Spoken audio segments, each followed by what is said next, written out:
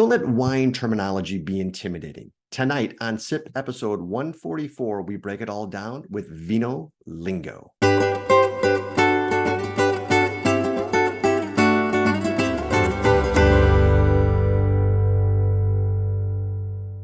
We talk about wine language. Every single specialty has a language. If it's the law, it has its own language. Architecture has its own language. Music has its own language. Is Scotland on? Doug is on. I happen to know a lot about the law, because there's familiar terms to me. Party of interest, very familiar term. Guilty, very familiar legal term. Lawsuit, also familiar legal term. Parole, these are all familiar legal terms for me. Nautical terms, sailing, like I said, music has an amazing language. Wine is no different. Wine has its own language, and just like all of those other disciplines, when you get a little bit introduced to the appropriate terminology of the language, it opens up a whole pathway of enjoyment. And I can think of no one better to discuss the language of wine, the Vino Lingo, if you will, than tonight's guest, coming to us from just south of Milwaukee. Ladies and gentlemen, it gives me great pleasure to introduce to you Ray Pfister of Life Between the Vines and Vino Lingo. Ray, welcome. Good evening. How are you doing tonight, Martin? I'm doing fantastic.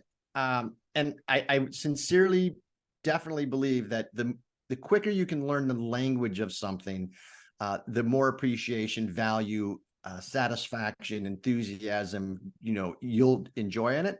I also think we do most wine lovers a disservice because we don't take the time to educate them, and we kind of make it an exclusionary pursuit. You've done a masterful job with both the Life Between the Vines and Vino Lingo. And I would love for you to kind of start out with your wine journey and how you got into wine. Well, first off, thank you for having me on the show, and thank you for your kind words. I'm a great appreciator of your mission statement and how you go about things, especially the three-tier system. So thank you. For what I'm doing, I think you mentioned it in your rap about me. When I was young, I was lucky enough to work at a beverage aisle at a grocery store. I got to see all these wines, Polyfossé and Fumé Blanc, and all these things that were not the typical words I'd heard. So the person I worked with was able to educate me. And of course, back then there was the jug wine and the Mondavi wine. Anyway, it started my curiosity. Many, many years later, I was a waiter at a restaurant, and the one thing you wanted to do was sell wine so you could up that tab, and learned a lot from it. In fact, I had a great manager on Saturday nights. He would always do whoever had the highest ticket value would get to take a bottle home. It was never anything ridiculously expensive, but it let me, this was probably early 80s, something like that, put together a reasonable cellar. And it was great fun. And it just made my first trip to Napa in 2001. And I thought, this is crazy. I need to learn more. So I, like everybody else, I started with, Kanai, for those people who may remember that. And years later, of course, got into White Zin, and then worked my way up. And then as for the podcast, after my profession is I'm an audio engineer. That's what I've done. I do commercial work, a little bit of music. And I thought, geez, it'd be kind of fun to meld these things together. And after visiting Napa and talking to these people and saw how much fun they were, I thought, well, this would be really good to get them on tape and let them tell their stories. And what year was that? It was 19. Sorry, that was my senior moment. It was 2008, early in 2008, when we kind of did a site survey, if you will, a fun site survey. Well, see, and this is 2008. You're using and leveraging your sound engineering background into podcasting. And I don't know if podcasting was really a thing in 2008 like it is today. Was it exploding, or was it just really in its embryonic phase? Yeah, it was definitely infancy. My issue with what I was hearing out there was quality, because that's my goal as an engineer. I do local, regional, national work. I've done all kinds of stuff, and quality is what it's all about. And when I heard some of these podcasts that were out there, they were done fairly low quality. They weren't good. You get somebody with a computer halfway across the room and you get all the echo in the room and all that stuff. So it was frustrating to me to try and listen to stuff. And I thought, well, I think I could do better with this. So And the echo's bad. Okay, that is good to know. well, yeah, when you're far away from a microphone, it's really that kind of a thing. I even see people doing commercials that run on the web all the time where it's just some woman standing behind a counter talking about food, and they're just using the microphone on the computer. It's like, don't do that. Yeah, So yeah, that's fingernails on a chalkboard cringe for me. I can't even imagine what it is for you as an audio engineer. I tend to comment about it rather I would rudely. imagine that. So So 2008, you said about developing some podcasts and kind of melding your love of wine with really wanting to share their story with a larger audience. well, yeah, I'd met a few winemakers on these trips that I made out there and thought these are really interesting people. They're a lot of fun to talk to, and they always tell great stories. So it was this idea of let's let them tell their story directly. While I'm the interviewer, I try to remove myself as much as I can from it because I want them to tell the stories. I mean, truthfully, generally speaking, people don't want to hear me say anything. They want to hear what, a winemaker from Napa is going to say, or Sonoma, or whatever it might be. And, it's funny. Somebody said to me one day, and this was fairly recently, why are all these winemakers so happy? Have you seen the product? Yeah. So I think that, it's a self-fulfilling prophecy type thing or something like that. Yeah, and their work environment is not too shabby either. So you take a good product, a great office location, and it tends to lift the spirit. Well, a lot of them get to work outside. Other than being in the vineyards, a lot of the wineries operate outside, and they're traveling often great distances to get to their vineyards. And while it can be very intense this time of year, you're in the vineyards, you're spending time out there with nature, you're watching this grow every year, which, when I was a kid, we grew stuff in our backyard, corn, and that was fascinating even as a kid. So Yep. now you look at this with grapes, which are so unique over most other agricultural products. The time I've spent in the vineyard is some of my favorite times. And how often do you get out to a particular wine region? I usually get out to Napa between 3 and 4 times a year. Napa, Sonoma. I try to get to other areas, and occasionally I will get to go to. I've gone to Italy a couple of times, and I'd like to visit places around the United States because I have this thing that we have really good wine here in this country, and a number of areas are making really good wine. And I Right. discover more as I go, which is the best part. Yeah, it's a never-ending learning process, and it really is. The journey is in the or the learning and the fun is in the journey, not necessarily the destination. Because Cellar Angels has very, very deep domain on Napa and Sonoma, but we are infants on Paso, on Santa Cruz, on Santa Ynez and Willamette, and so it is so much fun to get exposure to some of those wines and those regions and those people because it just accelerates the learning process. And again, learning makes it much more fulfilling when you get to know the people on the ground. Exactly. And if I could go down a little alley really quick, I'm sort of a disciple of this guy who's no longer with us by the name of Leon Adams. I'm not sure if you've ever read the book, but I believe it's called Wines of America. It's a fascinating book. He wrote it in 1973. I got lucky enough to get a copy that's autographed from him through a friend of mine. And the bottom line was he's predicted so much that's gone on in this country. This is before tasting of Paris. And his knowledge of all these states, including my home state of Ohio, which were making really good wines a long, long time ago, pre-prohibition, that sort of thing. It's just mind-boggling what he talked about and what he knew was going to happen. Yeah, that's a gift. That's incredible. I talked, during the intro about how this is SIP episode 144, which seems like a Herculean accomplishment, and oftentimes it is, especially given the scenario which we started at the beginning of the pandemic. And it was really more of a community thing because that's been one of our gospel creeds type of thing is wine brings people together. And since we couldn't commune socially, at the beginning of 2020, we started to do this. 144 episodes is nothing to sneeze at, but give folks a little bit of idea of how many podcasts you've done. And then, I mean, it's mind-boggling. Well, we're releasing this Monday would be, I'm embarrassed. I think it's 568 or 569. But I always like to tell people the first 80 or 90 podcasts we did, 2008 through 10 or so, each podcast had 4 interviews in it. So we'd be in, close to 1,000 by this point in time. I've interviewed probably close to 1,300 people now. Those are individual interviews as well as events that I go to where I'll do a walk around interview with people. And yeah, it never gets boring. I mean, they're great to talk to. It's a lot of fun. And there's so much energy when you talk to these people. You just feed off of that. So yeah, there's And a lot of people. I mean, 1,300 interviews is insane.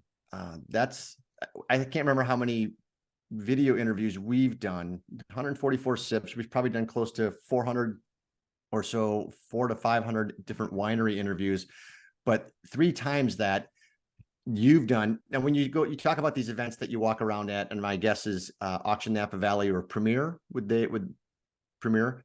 Yeah, there's a number. I've never been to Premier. It's ideologically that feeds the 3-tier system, so I have a hard. And we used to own a wine store, but I get it. Talk to folks about Premier and why you love accessing winemakers and people there. Premier is my number 1 favorite event. It's a gas. They've done give them the framework of what it is. Sure. Premier is an event that funds the Napa Valley Vintners Association. It is winemakers up to 200, sometimes more, sometimes less, just depending, that are making wines exclusively for this event. These are very special wines, and they are auctioned off. They do what's called a barrel tasting, where they have wines that come from that barrel that are made for this event. They're pouring them for prospective buyers who are members of the trade. This isn't something that consumers can go to. I go as media, and there's a handful of other media people there. There are some wine writers as well, a few other media people, and then buyers that go there to taste these wines after the tasting, which is usually at the CIA in Napa Valley, the Culinary Institute of America. And then in the end, they go to another floor, which is the room where the actual auction takes place. These days, it's being done by Sotheby's. In the past, it was done by Fritz Hatton, which was an amazing auctioneer. Wow, the guy's got so much going on upstairs. Anyway, it's exciting though for me when I get in there. I'm carrying a handheld recorder. I'm carrying an SLR camera shooting video. And occasionally I try and sneak in a wine glass when I can. So I'm holding this monopod. That's a monopod there, folks. Use your imagination. And I'm holding the mic in front of them, and I'm trying to keep them in focus. And it's a whirlwind, but the energy that comes from it. I remember the first few times I did it. I would be staying with a friend in Napa, and after the event was over, I just go back home, lay on a sofa, and every ounce of brain energy would vanish. It was so exhausting, but the feed from these people was just great. And it's fun because it went from just getting to know these people to genuine friendships where you're just getting caught up, where you haven't seen them in a while. And on top of that, you're talking about these very exclusive wines that you get to taste from the barrel. Obviously, they're young. And what I do is I take it back and I edit it it becomes a fairly lengthy piece. I always try to come up with a little theme for each event, but and I've done this with Sonoma. I've done it at Willamette Valley. I've done it at events in Chicago, that sort of thing. But Premier, that's the best. Yeah, and it's called Premier Napa Valley. I think, what month is it? February? It's February. Yeah, I think it's the February this year. And so for the sipsters out there, and Alicia, Alyssa, and Doug S., I see you. Thanks so much for joining. It is, think of your regional wine store juggernaut, whether it's Bevmo, whether it's Total Wine, and they're not paid sponsors. If you think about these folks that have some buying power, these wines by the wine producers that Ray was talking about, they make wines in 5 case lots, 10 case lots type of stuff that these folks will then bid on to carry in their store. So every now and then you may go into a store that is a pretty well-known wine store that actually gets invited. There's some in Oklahoma, some in Nebraska that are out there. I mean, they're from all over the country. It doesn't have to be a national chain. and they will bid on these lots, and they've got people on the phone. I mean, it's a pretty big thing, but they're all raising money for the Napa Valley Vintners, which then turns around, and how do they use the funds? That basically is their operating budget. Yep. I'm sure they get money from elsewhere, but that's the main part of it. Well, they get money from the vintners as well. One thing I forgot to mention, which is really important, is that these are donations. So these exclusive wines are not, they're not charging for this. They're a donation. And when you're talking about the work that they put into these wines, to talk to these winemakers, how they're babying these as their best of the best, you feel really honored to taste them. My problem is I go to 2 or 3 vintners, I put my glass down and it's gone. So I got to get another glass and I put it down again. Exactly. It's a good problem to have. It is a good problem. I'm a spoiled guy. I like it. So you mentioned 1,300 different interviews, and it's one of the things that early on we had 10, 13 years ago, no one knew who Cellar Angels was. I would imagine, your first 20 or 30 or so interviews, you did a bit of a time selling them on what you were doing. Now you've got an established brand, very, very well known in the Valley. How do you make the determination of who you want to talk to? That's a great question. My whole attitude is I am no snob. I want to talk to everybody I can talk to at every angle of the industry. I've interviewed winemakers here in Wisconsin. I've interviewed many winemakers in my home state of Ohio, and they're making some really great wines there. I will seek out specific people that I've heard of, that I know of. I get referrals from other winemakers saying, you need to talk to this guy, or you need to talk to this woman. So referrals is a big part of it. I do get PR people that contact me and say, hey, I've got somebody in Virginia or, wherever. In fact, some time ago, I had this woman who followed the podcast contact me. She was a winemaker in Idaho. And she said, I really like what you're doing. Would you be interested in interviewing some Idaho winemakers? I said, yeah. What are you doing specifically? And she said, we're doing pet nats and sparkling wine. And I go, oh, cool. Pet nat. Did you see Jim B's head snap around over there on the couch when he heard pet nat? I saw that. Well, that is big time Cellar Angels favorite. So, oh yeah. And I said, well, what else are you making? And she said, no, that's all we're doing. And I said, oh. And, again, I have been humbled by people more times than I can count, where I sit back going, okay, I totally respect what you're doing. During COVID, if I can go down a quick short alley, as you mentioned, I live on a horse farm. We have a great deal of horse manure here. We have a neighbor, it's about a mile away as the crow flies. He occasionally comes by and gets our manure. My girlfriend tells me one day, hey, he makes wine. It's like, really? So I talked to him casually, and I said, would you like to be on the podcast? And he said, absolutely. Very nice elderly gentleman. No, not that elderly. And I go to his house, and he's got, literally, like I say, about a mile from here as the crow flies, 2 rows of white, 2 rows of red. And I've interviewed a lot of people from all over the place. I kind of go in, sitting down, setting my gear up, and I listen to him, and I'm like, man, this guy is it. He knows everything anybody from Napa or anywhere or Europe knows. He is an encyclopedia of wine. And by the way, makes really good wine. He's not selling it. He makes it for himself. So that gets him through winter.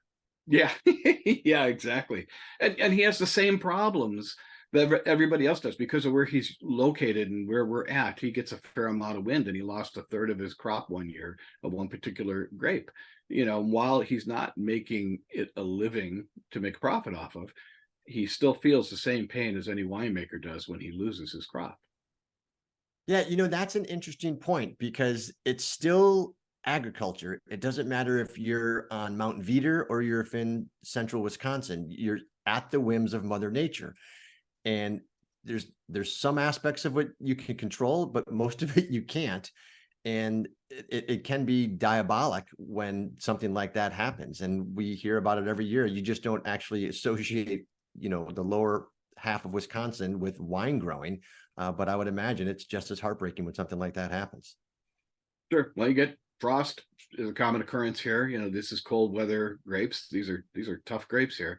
And they deal with the exact same problems, maybe in a different way. And of course, they're dealing with a shorter growing season. But The passion is no less. There's a guy I know, if I can drop the name of his winery, Parallel 44 Winery up in Door County, about 3-4 hours north of here, and it's a former attorney, he and his wife, and they're both very passionate about what they do, and they really want to make a name for that part of Wisconsin and the grapes they're growing and the wines they're making. And I admire that. And again, he's smart. He knows a lot. Yeah, and we've talked about it for years. Most of the winemakers, after you get past the big brands, they're in it for the passion. They aren't going to turn a buck, or they aren't going to retire, really, really nouveau riche.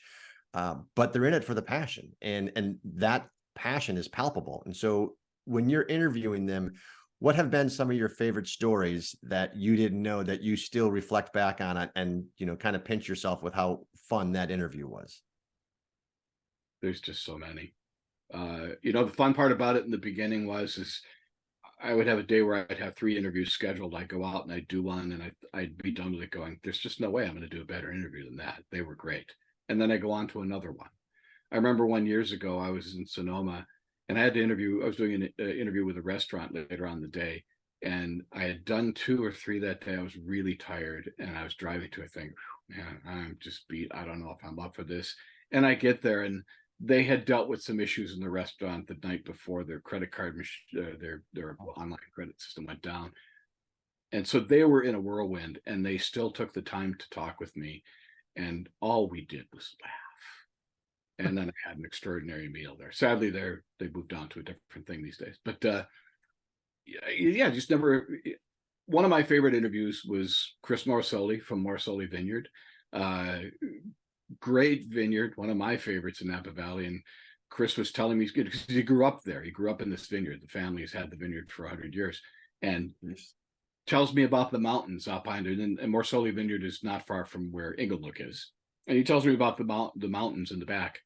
Growing up, going through, there's waterfalls back there, and there's a bear that hangs out there. And I'm like, oh man, that's so cool. To be a kid, to grow up around that, and yet spend all this time with these incredible workers who've worked in this vineyard for years. It's all family, even though they're not family, So Right, those are exactly. the stories I like the best. But I mean, there's just so many. I was invited to a tasting with winemakers, private tasting once, a fun tasting, much like I would do, and I'm sure you do. And I sat there in the back of the room, kind of like, don't call on me. And it was a wonderful tasting. I just felt so lucky to be in the room. And the irony was that the 2 first wines that we started with both happened to be 2 2014 Rieslings, one New World, one Old World. And I thought, wow, what are the odds of that? Yeah, it's interesting.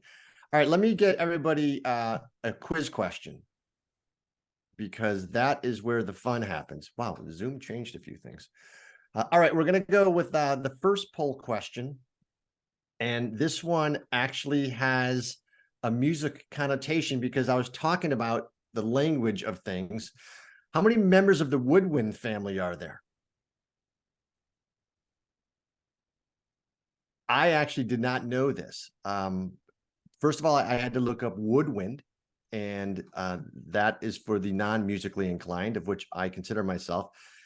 My guess is that there's a family that began with Jeff and Jane that likely knows this answer. An audio engineer, sound audio engineer, might know this answer. I still think Ray Philharmonic is the name of an individual. I know him. He lived down the street. I know Phil. But I love music, and I love all forms of music, except country western. But I know I would like it more if I knew more about it. So I'm going to end this poll and see who our musical geniuses are. 5, 4, 3, 2, 1.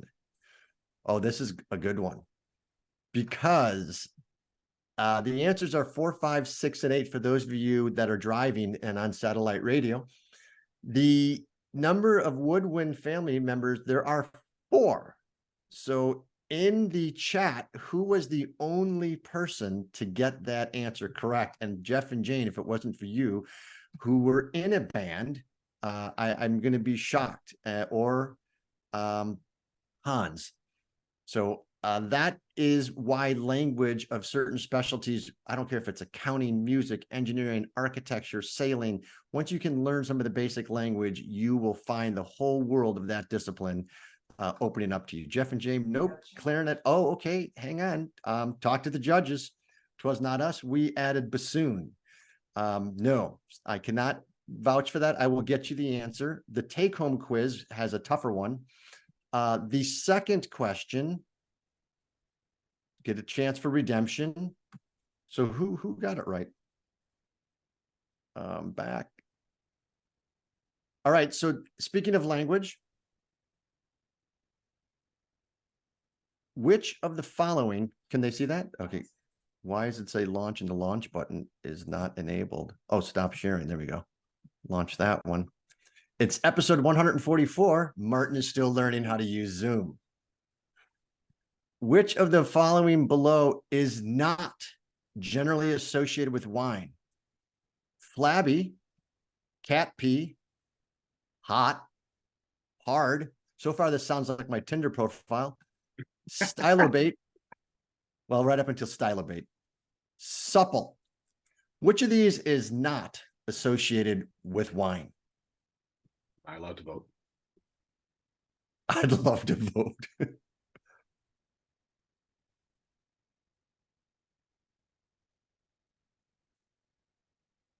See, Zoom is changing. Okay, this is interesting. I like to see these answers. We're going to give this 5, 4, 3, 2, 1. And we have every single one has an answer.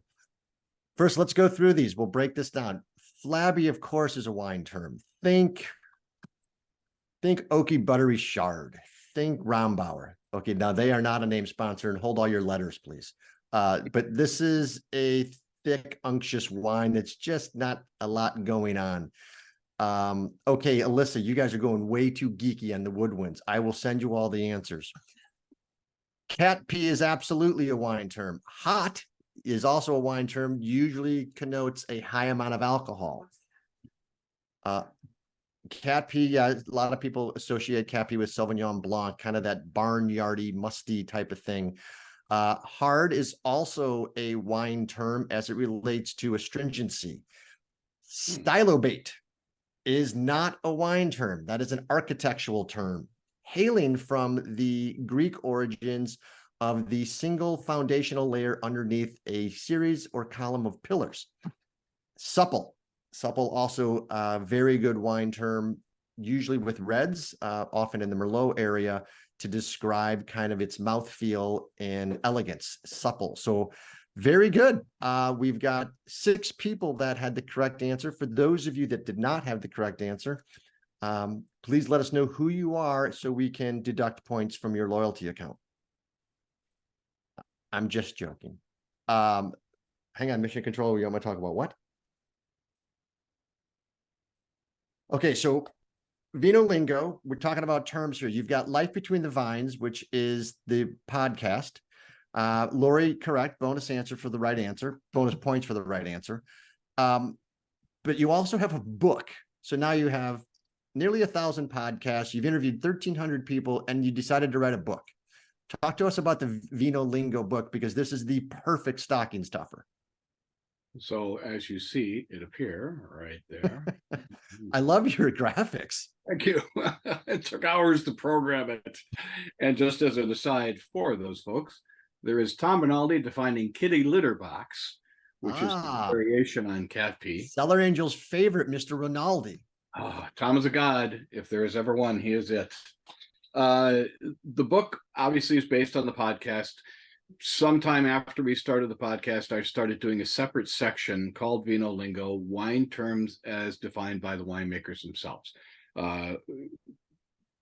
It's coming from the horse's mouth. Horse farm joke. Thank you very much. They're going to give you the unabashed, unvarnished, total truth in a definition. And some of them were so good after the years of recording these, and eventually it evolved into Mondays we released the full podcast. Thursdays, we release a piece called Vino Lingo Video, which is a separate section with the Vino Lingo definition on video of the winemakers.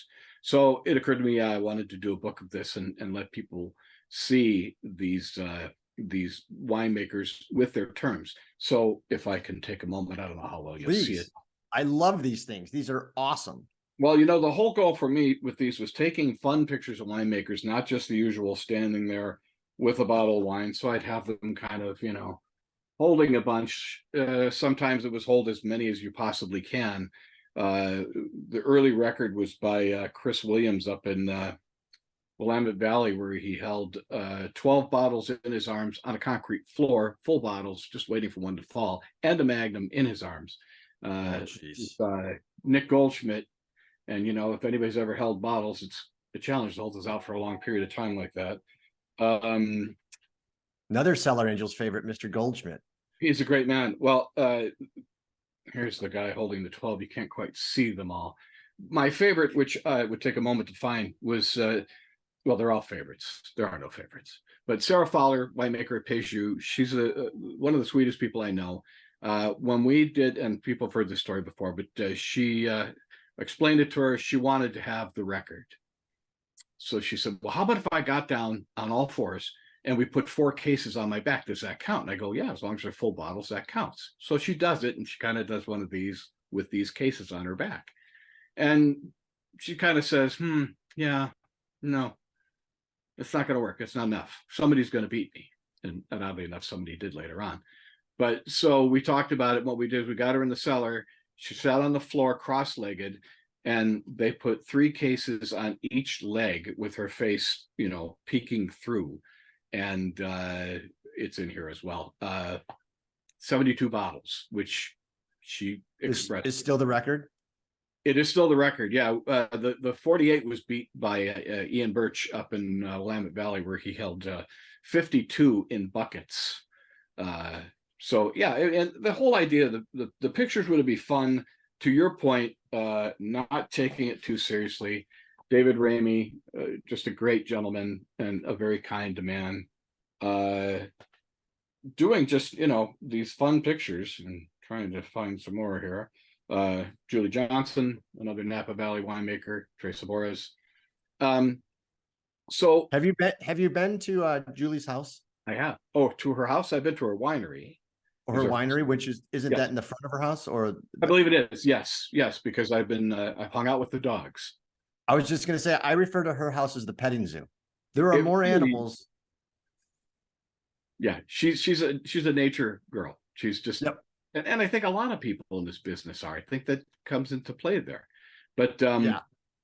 So anyway, the whole idea is, you know, we've got the picture, we've got the definition on the other side in their words. And I think we had 72 in the first edition. The second one I'm working on now, which will be probably 100, maybe more, hopefully it'll be out in 2024. Just takes time to put it all together. And the pictures are even better. That's the best part, because they play along. They don't want to do the same old standing there, here's my bottle. So, well, yeah. I think it's extremely intelligent how you've done it too, because you have a wine term, and then you have the wine professional describing, defining, and telling them what that term means to them. So you, like you said, from the horse's mouth. We'll just continue the horse jokes, ladies and gentlemen. So, we can do this all night long. Nice, Mr. Ed. Thank you. I love when you get to, and I also love the videos that you have. I mean, the book is one thing, but tell folks where they can see, or maybe Mission Control can they see those on the Vino Lingo or the Life Between the Vines website, or they should sign up for the newsletter? I would strongly recommend you sign up for the newsletter. That comes out with the podcast and with the video. Again, the Thursday Vino Lingo video is pretty much a standalone. It's simply enough youtube.com/Life Between the Vines. That again is youtube.com/Life Between the Vines. And again, you can find them on the website, which is www.lifebetweenthevines.com. All that information is on the website, of course, with a little information about the winemakers. And they're great fun to seek out. most of them go back to the beginning. Some of our older posts, when we switched over to the new host, we've lost some older ones. So we've kind of reconfigured some of them. So hopefully with time, we'll have everybody back up there again. But it's 14 years worth of interviews, both audio and some video. So great fun. And again, the next book is going to be even more fun. I like it. And I love the videos of Vino Lingo because they're 45 seconds to a minute to, it's real real quick. The person says who they are and then talks about the word. And so it is a crash course of vocabulary enhancing wine education directly from the sources. So it's a great idea. Did you just happen upon that and say, you know what, why don't you guys talk about this word? In the beginning, we had a som that was working with us. Her name is Jessica Bell. And Jessica did a section we called Drinks with Jessica, where she was doing something similar, more like phraseologies, that sort of thing. It was never on camera. It was always the audio section. And eventually she just got busy, so she wasn't available anymore. And I talked with a number of winemakers of doing something that was education oriented, because that's the big part of this is taking the seriousness out of it, but to be educational. And it just kind of came up because there's two big questions I focus on in the podcast. One is Vino Lingo, which is always done at the end of the podcast.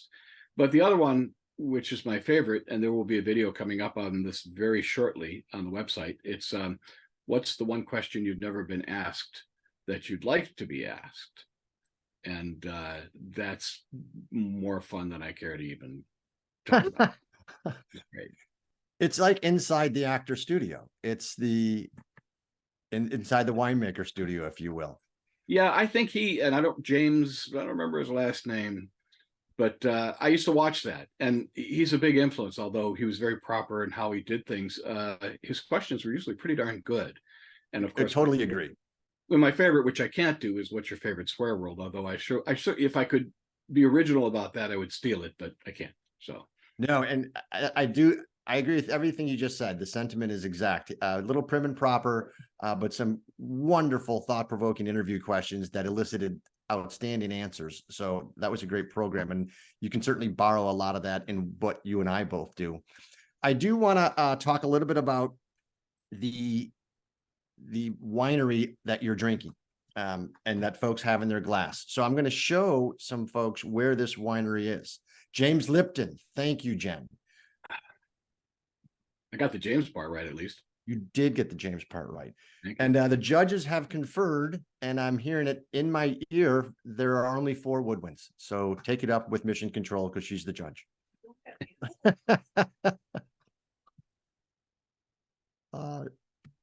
All right. So for those of you that are new, and there were a couple in the chat that indicated they're new, and so welcome.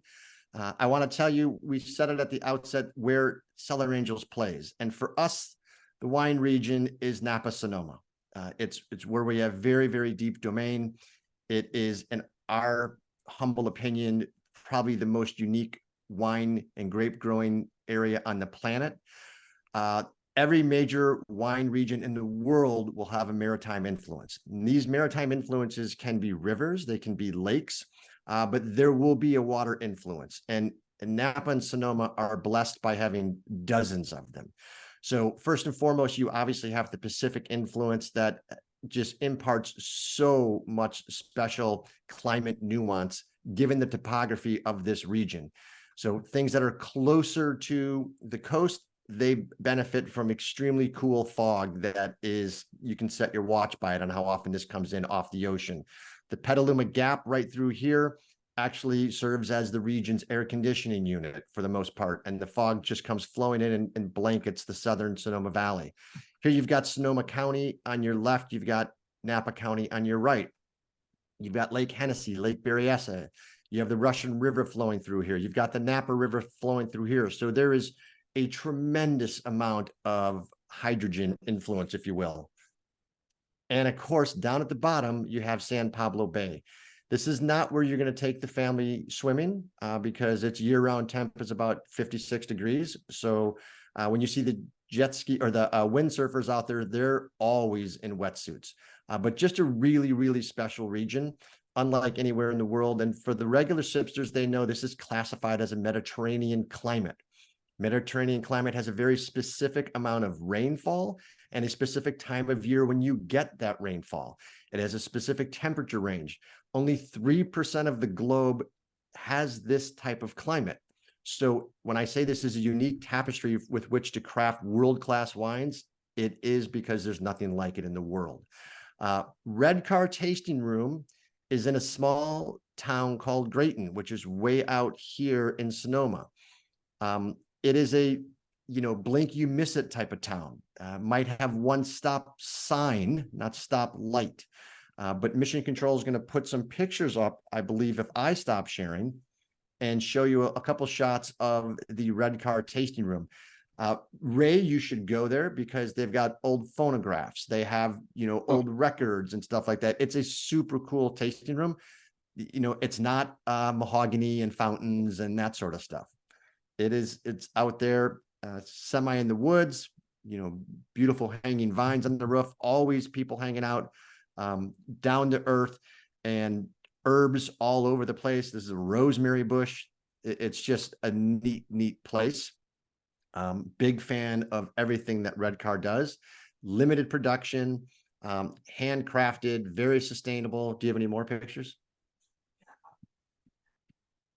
Okay, so let's go over to Heaven and Earth, which is the vineyard, and I'll show you the entrance of Heaven and Earth. So you're going to go up the road a little bit to the vineyard sites. And there you can see the Pacific, and you can get to see a little bit of the detail of where these guys source their wine. So the entrance to Heaven and Earth is off a main road. And if you are a golfer, you have driven on larger cart paths because this road is a lot to be reckoned with. I'll show you what I mean.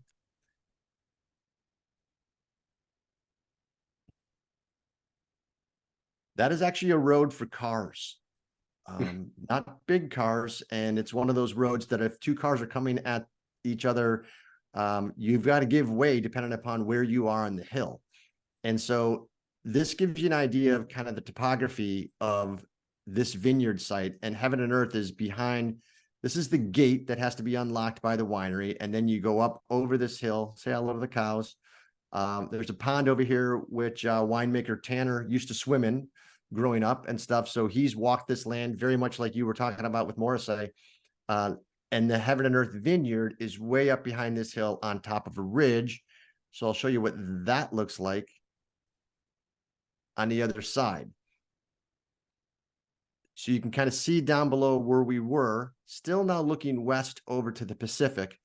But as I kind of zoom in on this vineyard, you'll see this hill start to become more prominent, and it is a steep hill. This is probably, I can't remember the age of some of these vines. I think it's 18, 20 years of age, or even maybe a little older now, because when we were there, it was probably 3 years ago filming, and it is just a spectacular piece of property. They have since planted up here as well. They were getting that already. And then they even went higher up to this spot up here. So walking up here, you feel this in your lungs. This is some steep terrain. And you can see it just by what is on the horizon here. It's nothing to slouch at. When I got up to the very, very top, I tried to see the ocean, but there was a little bit of obstruction. But this is that type of vineyard that gets blanketed with some of that fog. Pinot Noir, as you know or may know, loves cool climate. Does not like a lot of diurnal shifts where it's 54 in the morning and 104 in the evening. It likes a constant band of temperature. So, anywhere 55 to 75, lovely. It likes that little small band. High variations or high fluctuation in temperatures, Pinot's not a fan of that. Similar with Chardonnay, which is why you normally see it grown in the San Pablo Bay area because of its cool influence.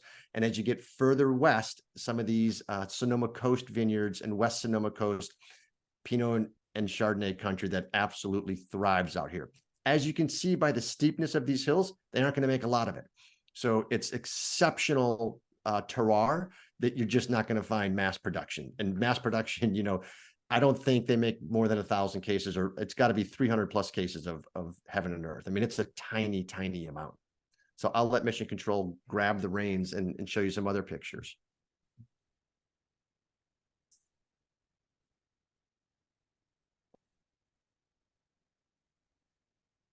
There's us on set. I got dressed up. Tanner, I love when the film shoots from the chest up, so it's all good. Every winery has a dog. This is Button. Button was awesome. There's the second most important person with the entire Cellar Angels crew, Ivy, and of course the third most, Button. I don't even rank in the top 10. So this is what winemaking is all about. Denise stealing a vehicle because that's what you do on shoots, but you can see some of the topography up here. I mean, it goes way up there, and it's a blast to go up there and take a picture looking the other way, because you can just see how high up you are. A lot of this stuff is all hand harvested. Oh, there's a great shot of what I'm talking about. So we shot, you can almost see down here. Oh, you can't see my cursor, can you? In the lower left on the edge of the vines, go to the left. Yeah, right there is the white mark you see. There's the light shield for the film shoot. So that's where the camera was set up. And now I've just walked up to the top of this vineyard, and these rows right in front of us, you can see them go right over that ridge and they go straight down. And there you can see some of the fog off in the distance and the clouds still kind of clearing, because we were out there at 9 o'clock in the morning and some of that fog is still burning off. And you can see the road that we came over. I mean, it's just a special, special place. Heaven and Earth is so aptly named because when you get up there, you just feel like you don't want to leave. It's just a special piece of real estate. And it produces a special, special wine of which Tanner crafts. And I'd be curious, Ray, your thoughts on the wine. For me, it's all about two things: mouthfeel and balance. And this wine has exceptional balance. Just has all the elements where they need to be. I don't know what the alcohol is on it, but you don't feel anything hot. It just sits on your tongue and takes you somewhere. Well, let's give you a Vino Lingo. So when you say balance, what are you talking about as it relates to Ray Pfister and balance? Fruit, again, alcohol, and I guess I would say what you feel its age is, how it, and that can always be a mystery. I'm terrible at guessing vintage, but a lot of us are.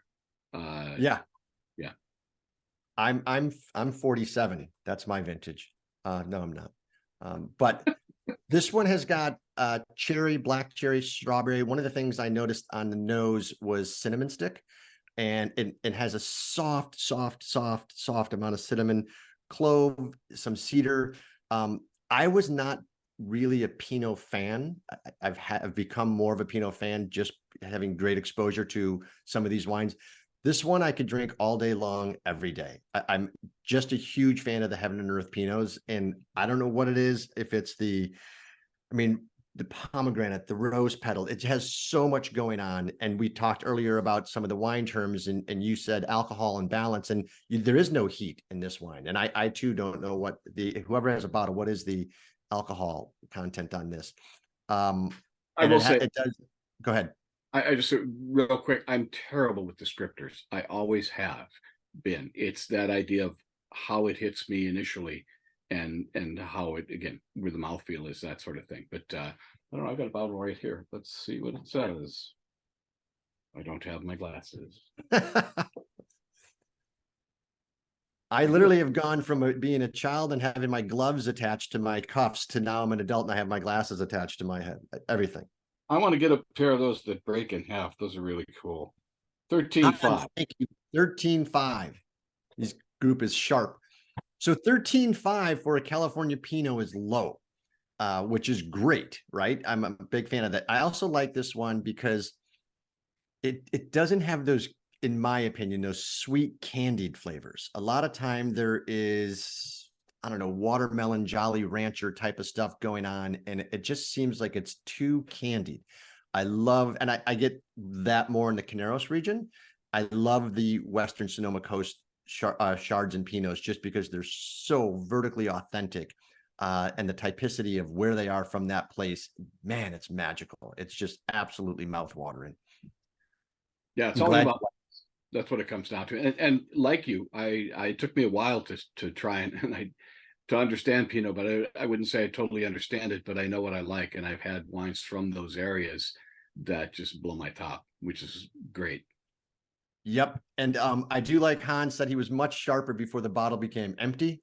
And then Eric also with some French lingo. I did not know the Pinot seemed to evaporate too quickly with my wife's poulet de Provençal, which is just French for chicken.